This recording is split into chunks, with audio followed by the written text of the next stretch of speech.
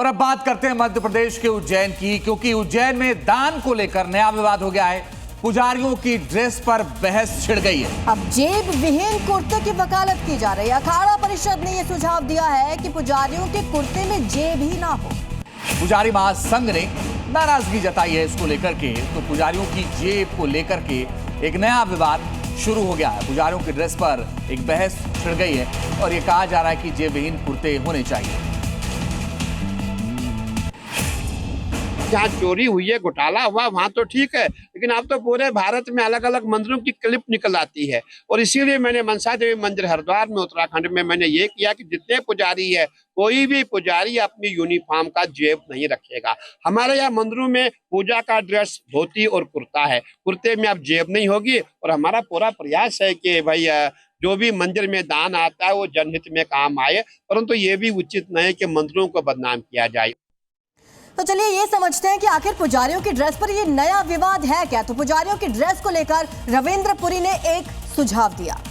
कहा कि पुजारियों के लिए बिना जेब वाले कुर्ते होने चाहिए, दान राशि सीधे दान पेटी में डाला जाए, ये हवाला दिया गया। रविंद्र पुरी ने कहा, भारतीय अखाड़ा परिषद के अध्यक्ष है दरअसल वो, उन्होंने कहा कि अब जेब वाले कुर्ते ना पहने जाए। पुजारी महासंघ ने इस पर अपनी नाराजगी व्यक्त की है। पुजारी महासंघ ने रविंद्र पुरी के सुझाव पर नाराजगी जताई। महेश पुजारी ने कहा कि पुजारियों का अपमान बंद किया जाए, अपमान बंद नहीं हुआ तो ब्राह्मण समाज इसका विरोध करेगा। जहां दान चोरी हुई वहां पुजारियों ने गड़बड़ी नहीं की, ये भी उनका कहना है। तो आपको बता दें कि अब ड्रेस को लेकर और पुजारियों के पहनावे को लेकर विवाद हो गया है। एक तरफ कटी जेब का सुझाव दिया गया है तो दूसरी तरफ इसका जमकर विरोध हो रहा है।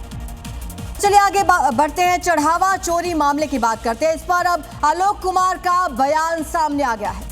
वो ये कह रहे हैं कि चंपत राय के खिलाफ कार्रवाई, दोषियों को सख्त सजा मिले। आलोक कुमार ने कहा कि फास्ट ट्रैक कोर्ट में मुकदमा चले।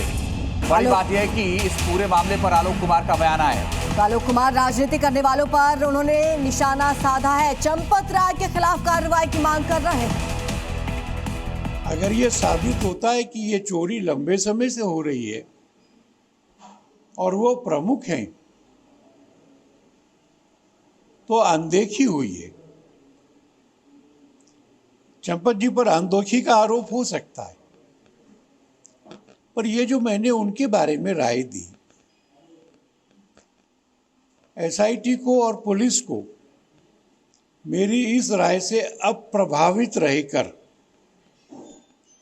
सब सबूतों की जांच करके अपने इंडिपेंडेंट डिसीजन पर पहुंचना चाहिए।